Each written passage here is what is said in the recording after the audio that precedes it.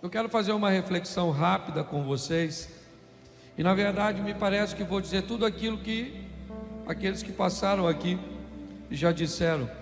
Talvez só mostrando um pouquinho mais um contexto bíblico sobre Deus, você e seu negócio, sobre essa visão de crescimento, de relacionamento, de consagração, de entender que não há problema nenhum no enriquecimento individual.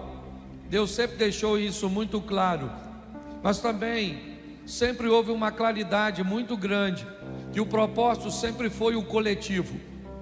É só você olhar, Noé é chamado para resolver um problema coletivo.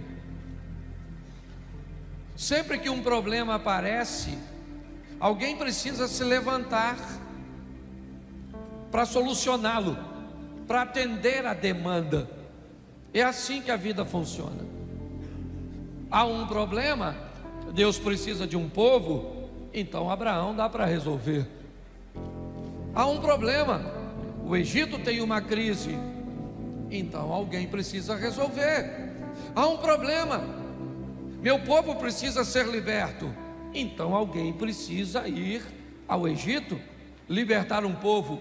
Há um problema, os filisteus estão se opondo a Israel, então alguém tem que matar o gigante, alguém tem que vencer os midianitas, alguém tem que se transformar em rei. Há um problema, as nações enriqueceram e se fortaleceram, então vamos ter um rei rico, sábio, poderoso, como Salomão. Jesus deixa os céus para vir à terra, para quê? Para trazer um produto que na terra não tem. Que produto é esse? Um sangue inocente, puro, santo. O que nós estamos ouvindo aqui desde 2 da tarde, de 14 horas, que resolver problemas é aquilo que traz enriquecimento. Talvez não traga prosperidade, mas com certeza traz dinheiro. Se você quer dinheiro, resolva problema de pessoas. E quanto maior for o nicho de solução, de problemática, mais dinheiro você ganha. Um cara recebe notoriedade porque cria um computador, mas um indivíduo que pega um computador e bota em todos os lares, esse fica milionário, bilionário, porque quanto maior for o seu poder de ação, inevitavelmente mais oportunidades você tem de receber notoriedade e de trazer para a sua vida enriquecimento. Nós trabalhamos muito mais do que dinheiro, porque nós trabalhamos com prosperidade. E riqueza me parece que é ter muito de uma coisa só, e prosperidade é ter mais do que o suficiente de tudo aquilo que se precisa. Mas eu sei, eu não sou tolo, eu sou pastor, eu lido com gente e sei que o que gente está procurando, na maioria das vezes, é grana. Mas eu aprendi também que quem trabalha para Deus, por exemplo, por dinheiro, também pode trabalhar para Satanás por um salário maior. Se o assunto é grana, é só business, é só negócio. Então eu preciso te mostrar que não há problemas, desde que você entenda os princípios. E vou gastar 20 minutos, no máximo 30 com vocês. Mas quando nós vamos entender o ambiente de criação, os códigos do início, talvez só em observar o primeiro capítulo de Gênesis, eu já descubro a melhor maneira de conduzir a minha vida aqui nessa terra. E eu tenho falado para aqueles que caminham comigo aqui, porque o modelo da criação é o modelo de uma vida de sucesso.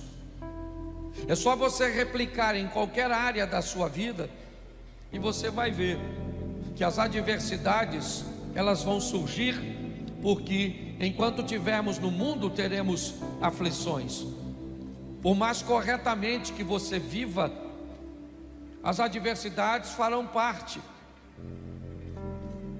dos processos que você vai enfrentar. Mas eu acho que vale a pena primeiro entender como tudo começa. No princípio cria Deus céus e terra. Esse versículo já me diz que uma coisa vem primeiro que a outra.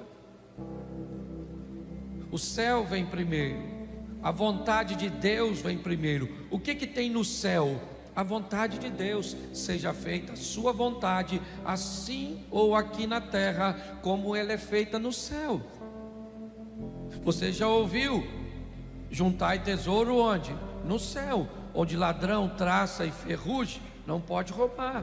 Buscai primeiro o reino de Deus e a sua justiça, e as demais coisas vos serão. Isso. Que adianta o homem ganhar o mundo inteiro e perder o céu?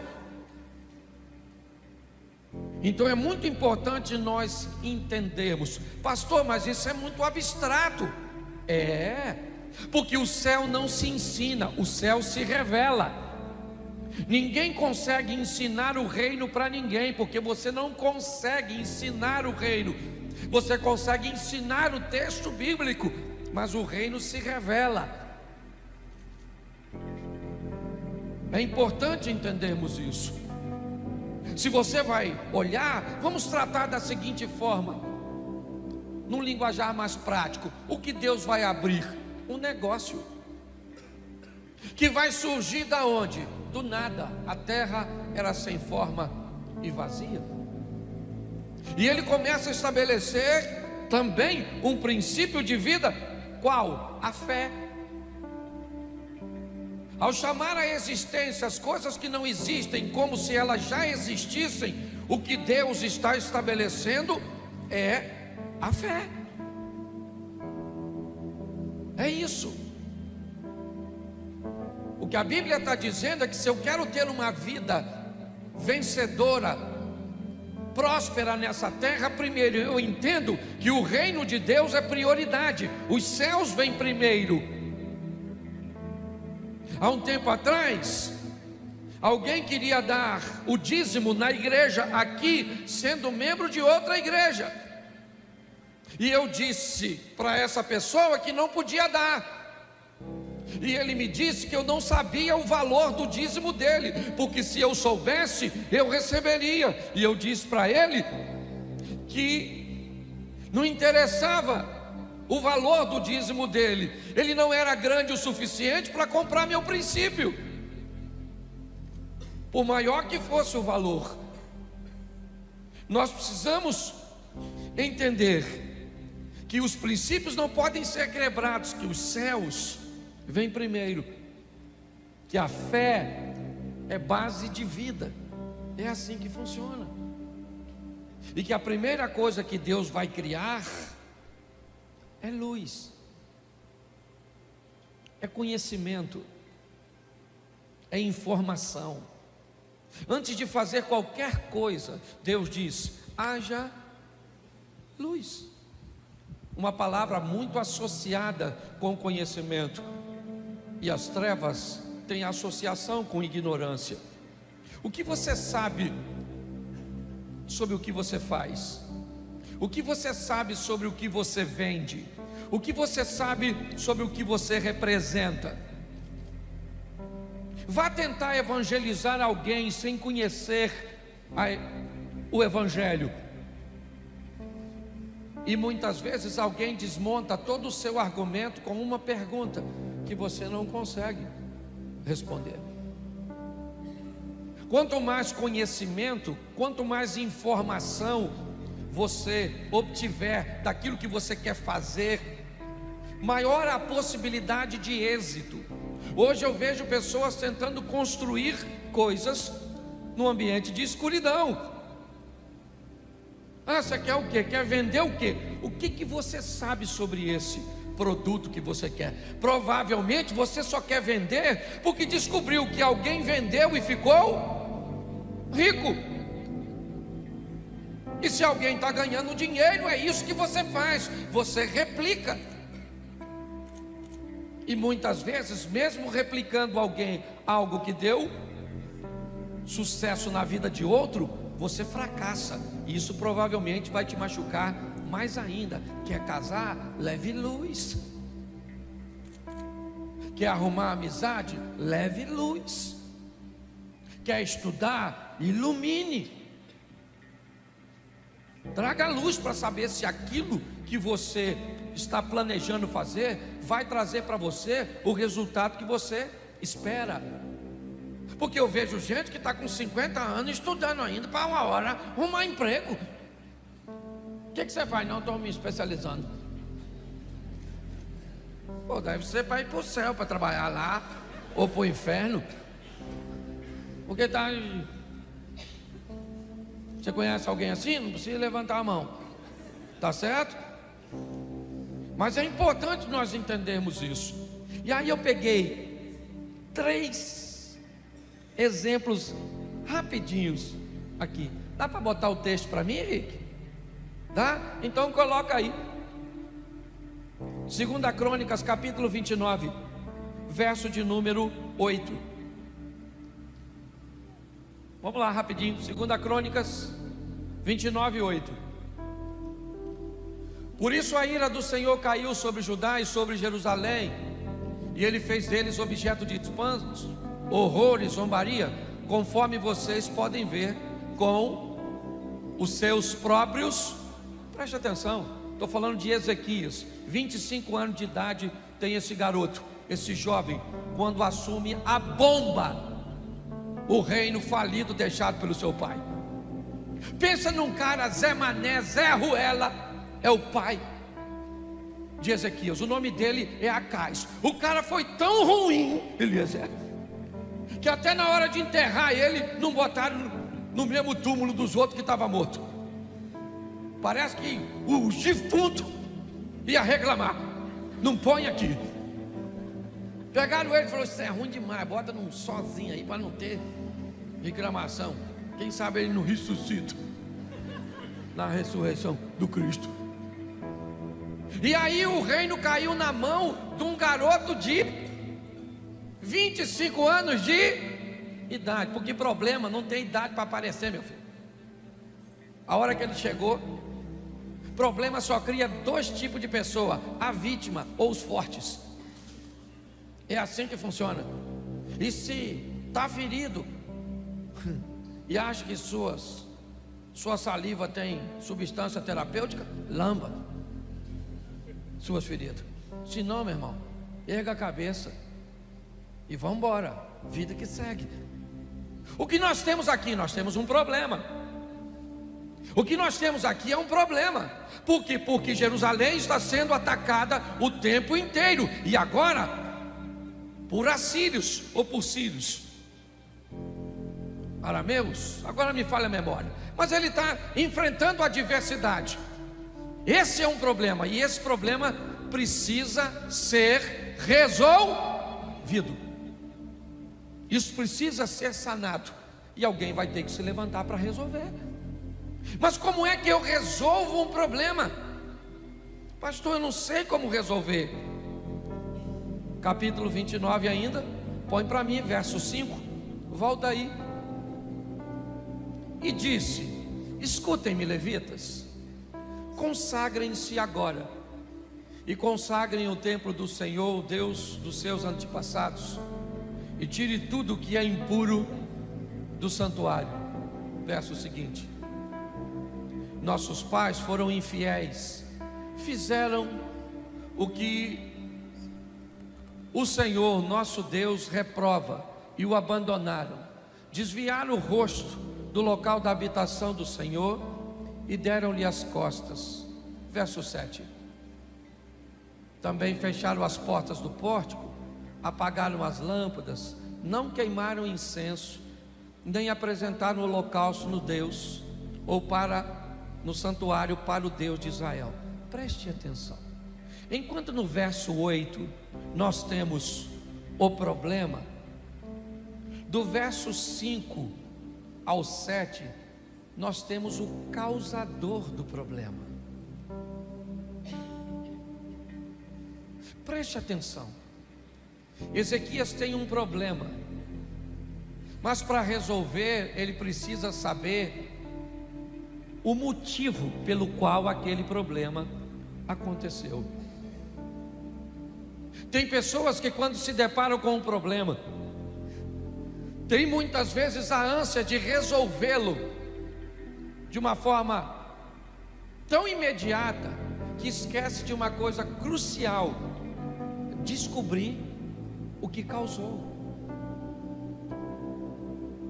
Fazer uma leitura, e é isso que ele faz. Ele diz: olha, nós temos um problema. Qual é? A humilhação, o escárnio, toda a dor que nós estamos vivendo. Mas o que aconteceu? Por que é que aconteceu? Ele diz: eu vou explicar. Nossos pais viraram as costas, não queimaram não queimaram incenso, não adoraram ao Senhor.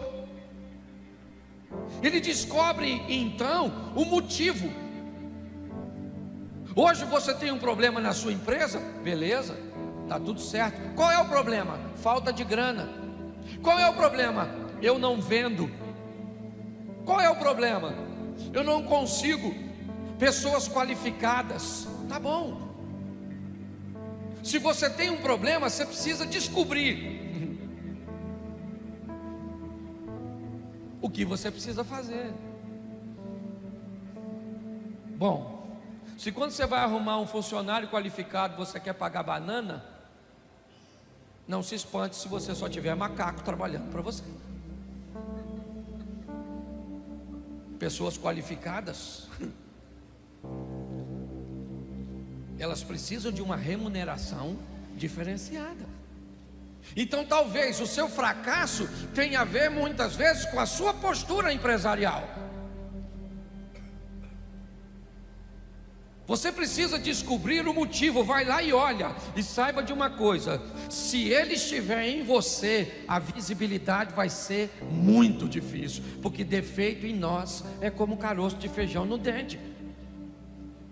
Porque caroço de feijão no dente você vê nitidamente, desde que esteja no dente dos outros. Sim, a Bíblia usa um exemplo que eu às vezes acho horroroso, mas, aliás, ela não usa o exemplo, eu uso o exemplo para dar discernimento ao texto. Examinai o homem a si mesmo e vede se não está reprovado. Para mim não tem nada mais expressivo, exemplo de autoexame, do que limpar-se no banheiro. Sim, você vai no banheiro, faz suas necessidades, você limpa e joga o papel fora? Sim ou não? Sim ou não? Claro que não. Você limpa, examina aí. Eu acho que não está bom não, aqui não. Vou jogar isso aqui fora. Aí você pega de novo, passa, joga fora? Não, limpa. A direita limpou, mas a esquerda ainda está meio danificada.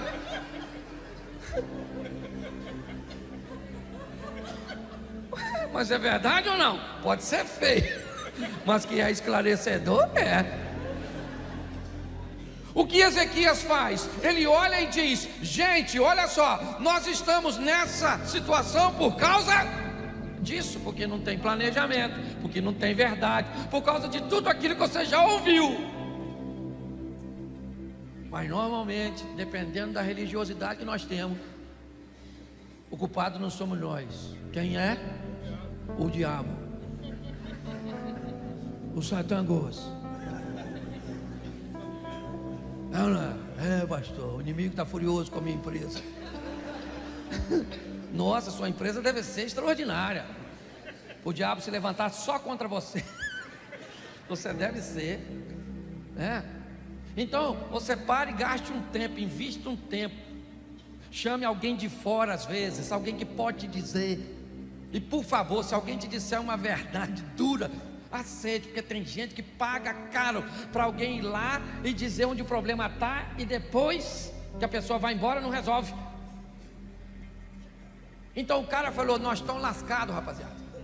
Esse Zé Mané aí está invadindo a gente aqui, botando para quebrar em nós. E alguém falou: por quê? Ele falou: vou falar para você, por causa dos nossos pais, umas besteiras que eles fizeram lá atrás, e nós estamos lascados. E agora, quem poderá nos defender? Ele disse: o Zequias. É para isso que eu vim, para resolver essa pendenga. E eu gosto disso. Versículo 10, bota aí rapidinho, meu filho. Ajuda aí, meu irmão. Isso. Pretendo, pois, agora fazer uma aliança com o Deus de Israel, para que o fogo da sua ira se afaste de nós. Eu gosto do Zequias, 25 anos de idade. É novo, mas é macho. Ele falou: o negócio é o seguinte, meu irmão. A casa caiu. Estou resolvido a mudar essa história. Mudar o quê?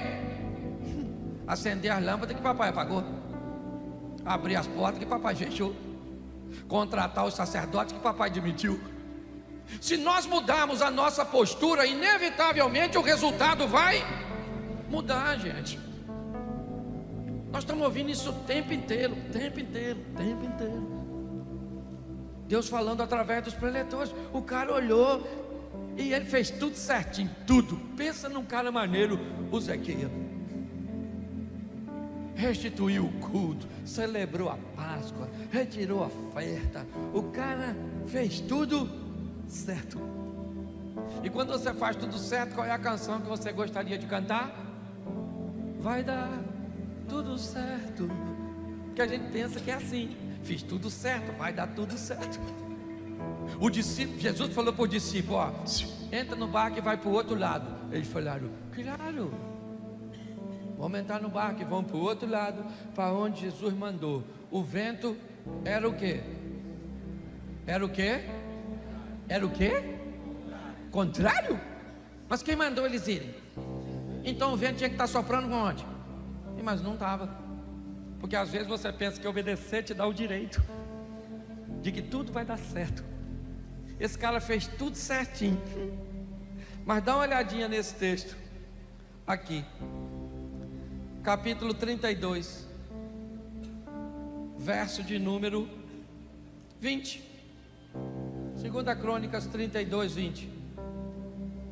Por isso o rei Ezequias e o profeta Isaías, filho de Amós, oraram aos... O que eles fizeram? Eles fizeram o quê? Oraram. Sim ou não? E por que ele está orando? Você sabe por que esse cara está orando? Porque ele já fez tudo o que podia fazer e agora não tem mais nada que ele possa fazer. Então, por favor, deixe para orar no final.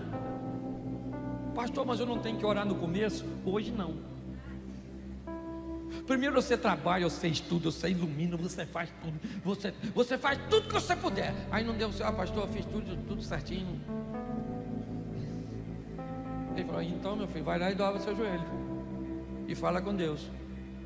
Porque Ezequias fez tudo. Sabe o que aconteceu? O inimigo mais poderoso da terra naquela época, um tal de Senaqueribe, um cara fera, cercou a cidade do Ezequias. Não tem rota de fuga, não tem nada.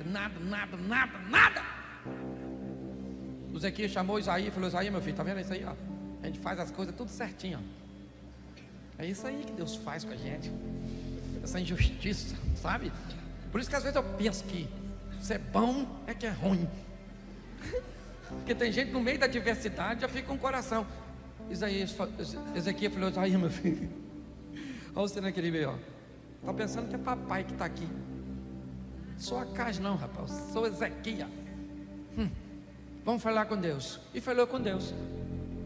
Eu imagino que ele deve ter falado assim, orando: Senhor, olha aí o Senaqueribe me ameaçando, falando que vai invadir. Ele falou mal do Senhor, viu? Estou fazendo fofoca não, mas eu sou o Senhor. Eu não deixo ninguém falar assim não. Aí Deus falou com o anjo, falou: dá um pulinho lá, resolve essa parada lá.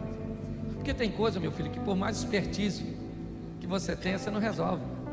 E se o mundo espiritual se levantar e contar: você não acredita no mundo espiritual? Não, vai ver quando você morrer. Vai ver. Ou com asinha ou com chifrinho, mas vai ver. Para onde você vai, eu não sei. Eu já não sei nem para onde eu quanto mais você. Eu já falei isso aqui, né? Que no céu nós vamos ter 3 surpresas. Qual é a primeira? Cheguei, cara. Eu vim, maluco. Nossa, tô surpreso. Segunda surpresa, você aqui. Nossa, o céu já está mal frequentado. Terceira surpresa, cadê fulano? Não veio, alguém tinha que ficar, é ou não é? Então pare, entenda uma coisa. Você está rindo? Tem uma coisa nessa vida que ninguém pode fazer por você, sabe o que é? A sua parte. A sua parte não faz.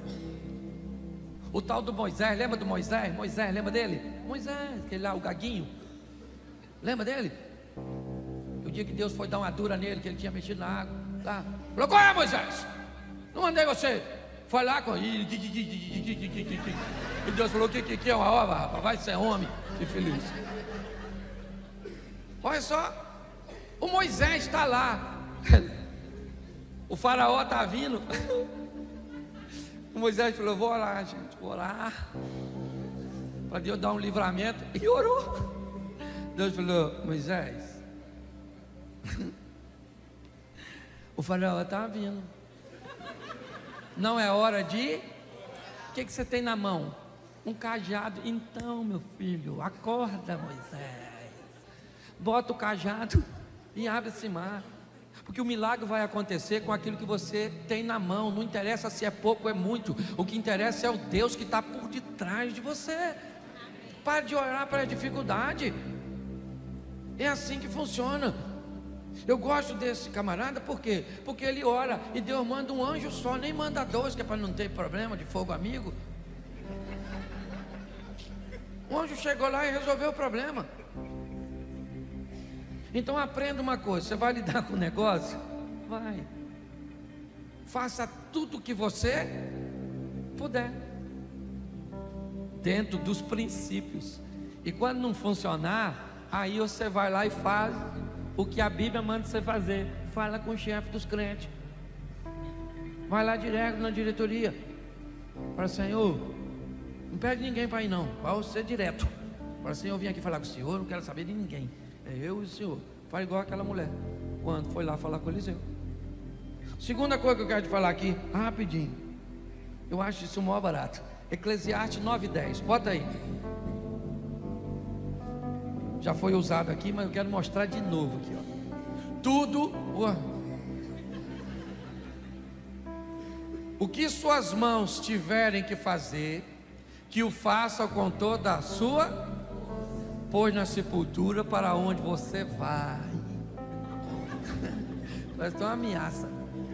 Não há atividade, nem planejamento, não há conhecimento, nem sabedoria. A Bíblia está dizendo que tudo que vier para você fazer, faça da melhor maneira que você puder. Pare de fazer as coisas para os outros e faça as coisas para Deus. É assim que funciona. Se tem uma coisa que eu acho legal na construção do templo que Salomão liderou, é esse texto aqui, ó. Primeiro livro dos Reis, capítulo 6, verso 7. Coloca aí. Primeiro livro dos Reis, 6, 7. Na construção do templo só foram usados blocos lavrados onde? Ou cortado nas? E não se ouviu no templo nenhum barulho de nem de qualquer outra durante a sua. Isso é extraordinário, porque eu fico imaginando que tipo de pedreiro, de profissional que o Salomão contratou. Ele falou, ó, tem que cortar tudo longe para chegar aqui só encaixar. Não quero barulho, não quero nada. O que esse texto está dizendo é que alguém que entra para fazer a obra do Senhor tem que ser bom naquilo que faz. Você tem que oferecer o melhor serviço. Você tem que fazer o melhor. Tem uma historinha que eu gosto muito de um garoto, um rapaz, na verdade era um empresário do ramo de marketing, morava nos Estados Unidos e queria cortar a sua grama. Então ele procura um anúncio que recomende para ele um jardineiro. Horas depois, um garoto de 19 anos, mais ou menos 20 anos, bate na porta dele com uma picape trazendo consigo as ferramentas. Ele achou estranho um garoto daquela idade, um menino bem aparentado, e o menino cortou a grama dele toda, podou, botou tudo dentro de sacos, botou na picape, e ele ficou olhando aquele garoto prestando um serviço tão legal, ele entusiasmado, quando no final o garoto virou para ele e falou assim: moço, deixa eu fazer um pedido do senhor, será que o senhor deixaria eu usar seu telefone? Ele achou o pedido estranho, mas o menino fez um serviço tão legal que ele disse: claro, pode usar. Mas ele, intrigado com o pedido, foi prestar atenção, foi ouvir para quem o menino ia ligar. E de repente o menino ligou e falou assim: ô minha senhora, boa tarde, a senhora não está precisando de um jardineiro? Ela disse: não, eu já tenho um.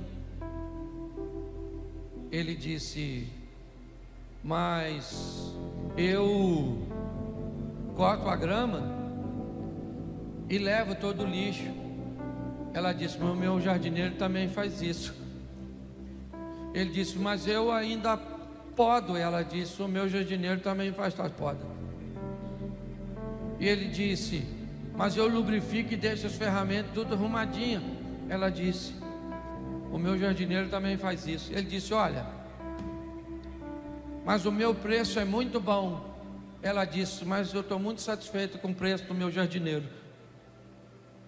Aí ele disse: ó, tá bom, muito obrigado pela atenção, e desligou o telefone. Aí o homem que estava ouvindo disse para ele: acho que você perdeu uma cliente. E ele disse: não, o jardineiro dela sou eu, só estava fazendo uma pesquisa de satisfação.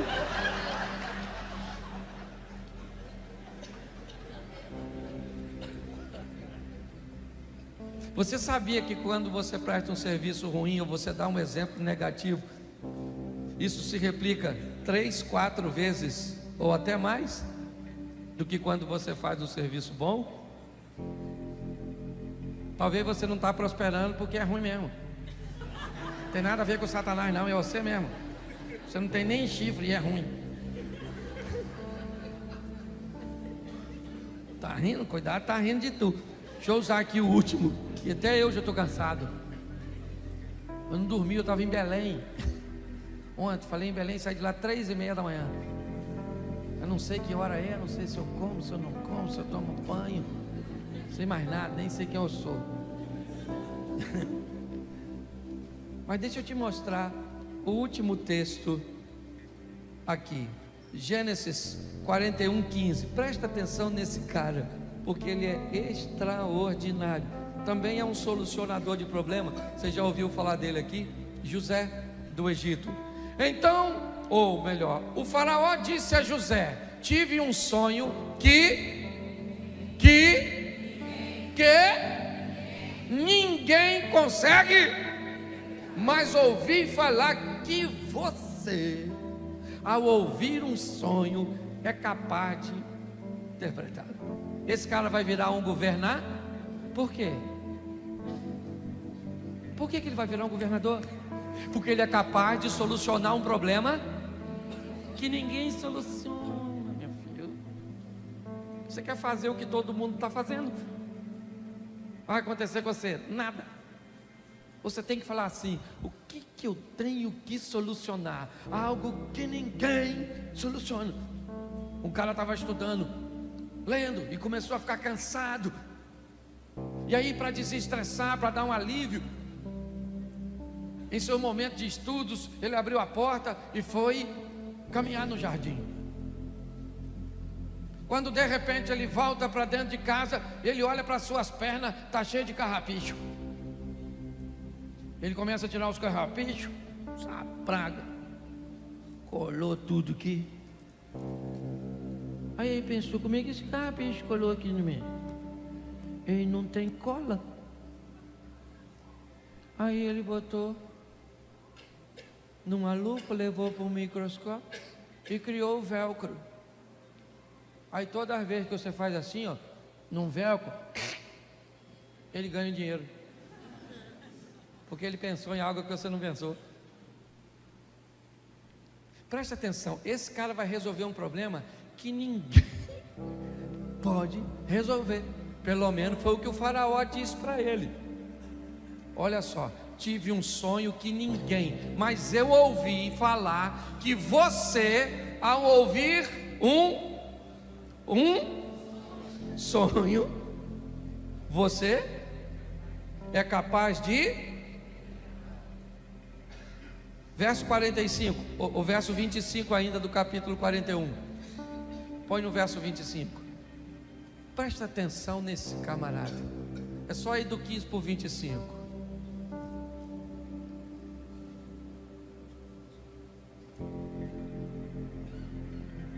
Só um minutinho que eu dei o versículo errado.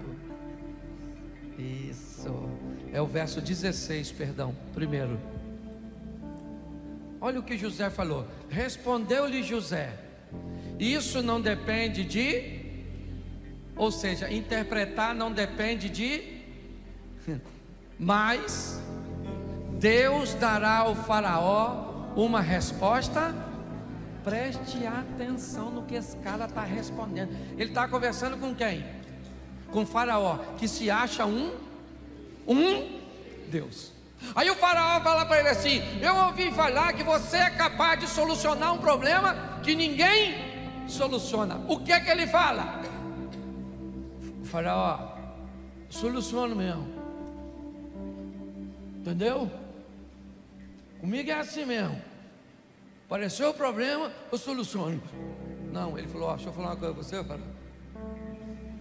Eu não soluciono nada, mas eu conheço um Deus que soluciona.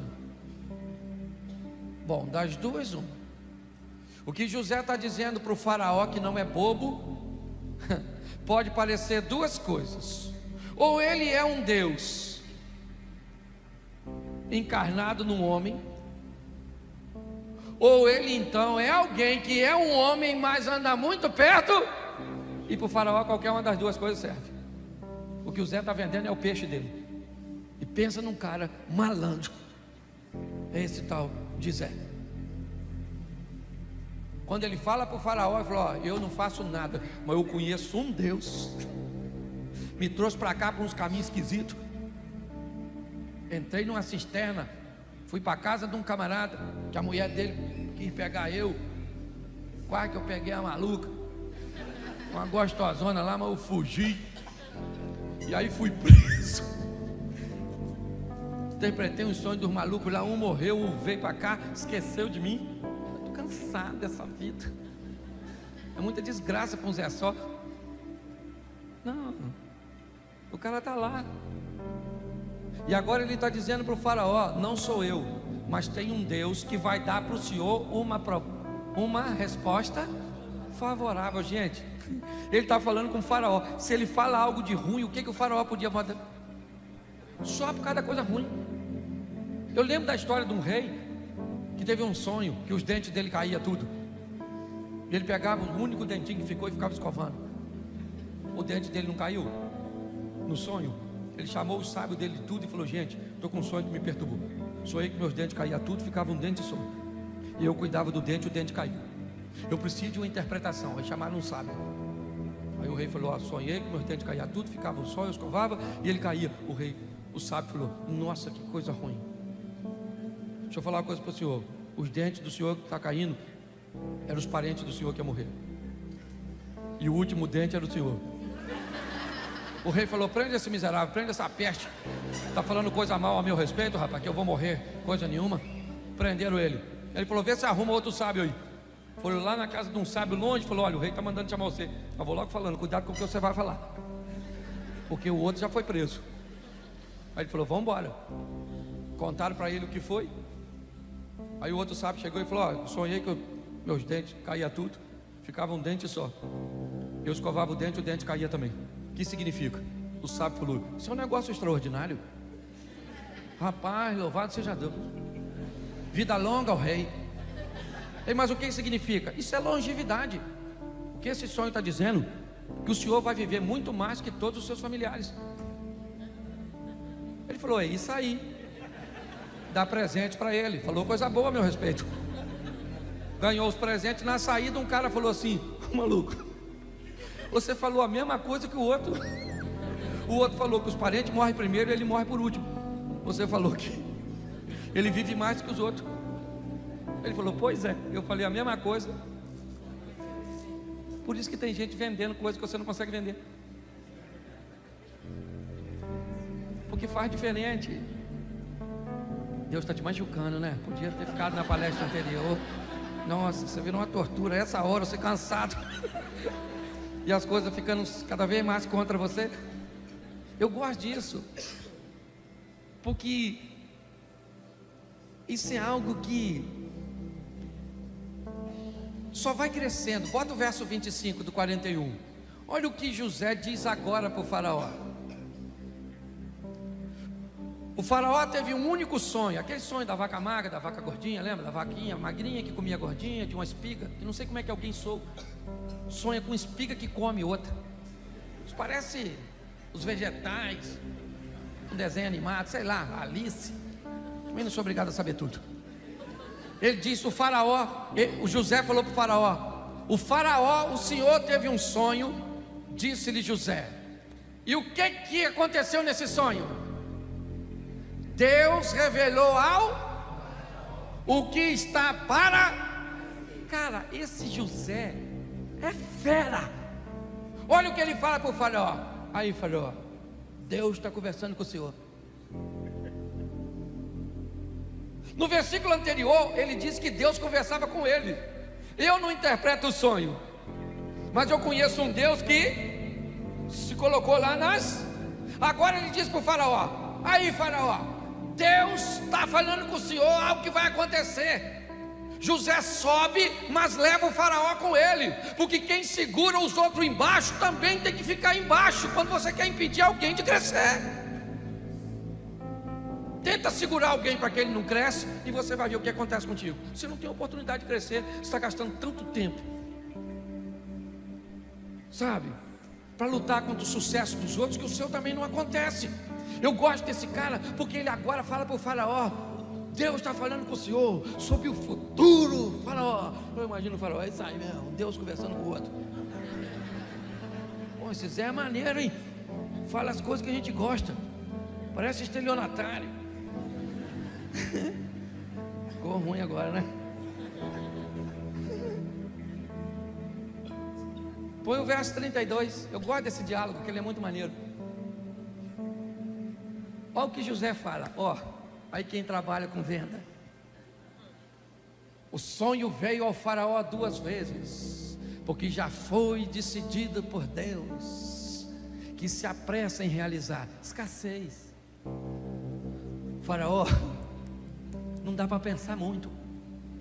Apressa, faraó, apressa. Pô, se esse cara não é malandro, se não há sabedoria, aliás, é um sábio conversando com o outro,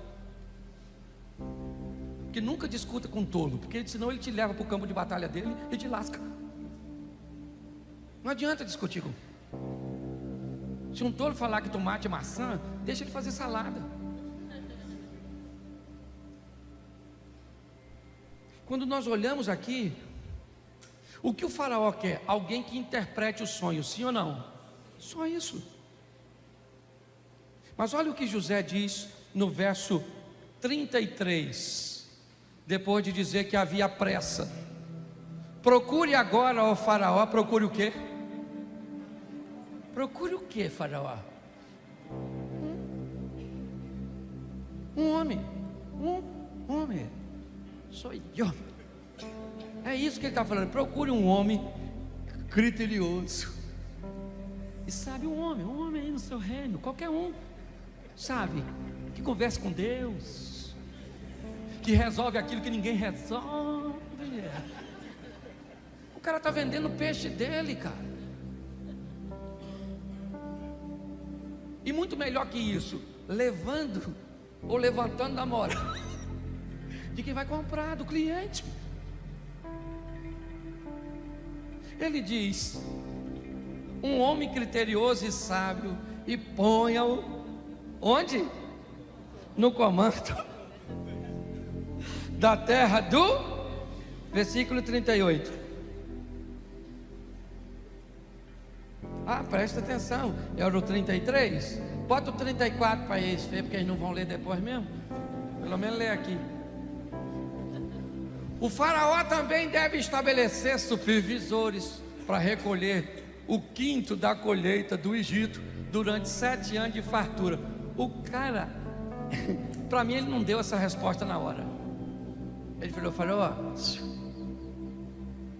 segura a onda aí, porque ele já veio com a solução. Porque rico não fica quem identifica problema, mas sim quem soluciona. O problema ele já sabia, 7 anos de fartura e 7 de... Mas e aí?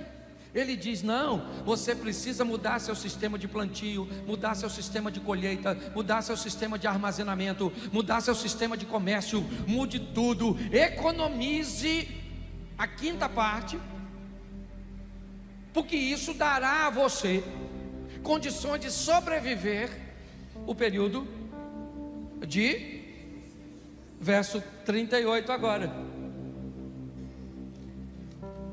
Por isso o faraó lhes perguntou: será que vamos achar alguém como este homem, em quem está o Espírito Divino?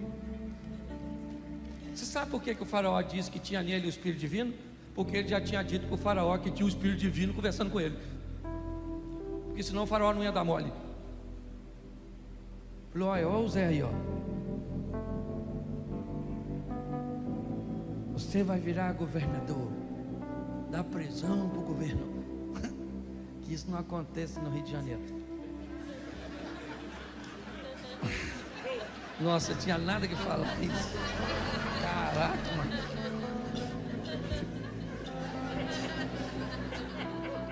Acabou. Ô Jesus, me perdoa. Troço tão sério aqui. Acabou. Perdi a linha do raciocínio. O Satanás me perturbando. O inimigo, Eliseu. O inimigo está furioso. Mas escute só. Vamos aqui, só para você entender. Só para você entender. O cara virou governador. E que governador, diga-se de passagem. Ele podia ir na casa do Potifar, que botou ele na cadeia. Falei: aí maluco, sou governador dessa jossa agora. Fala aí que eu peguei sua mulher. Fala aí, maluca. Não peguei você porque não quis. Estava me dando mole, fericido. E você cala a boca, chifruto. Se mete comigo não. Ele foi. Não tem tempo para vingança. Não tem tempo para isso, porque estão falando, porque deixa de falar. Invista em você. Seja o melhor. Não melhor que os outros, melhor que você. Fale com Deus para te dar umas ideias. É isso que eu falo. Às vezes eu vou orar para o Senhor me dar uma palavra, pregar o que todo mundo está pregando. Eu não quero pregar não, do mesmo jeito dos outros. Não, eu quero pregar do jeito que ninguém está pregando. Quero falar o que ninguém está falando. Quero viver o que ninguém está vivendo. É isso que eu estou afim assim. Então fala. Não, isso é soberba. Não, meu filho, isso é pegar o melhor. Saia daqui hoje para viver o sensacional, o incrível. Eu não te trouxe aqui à toa. Deus te deu a oportunidade, eu tenho te dado a oportunidade. É isso que nós aprendemos na Bíblia.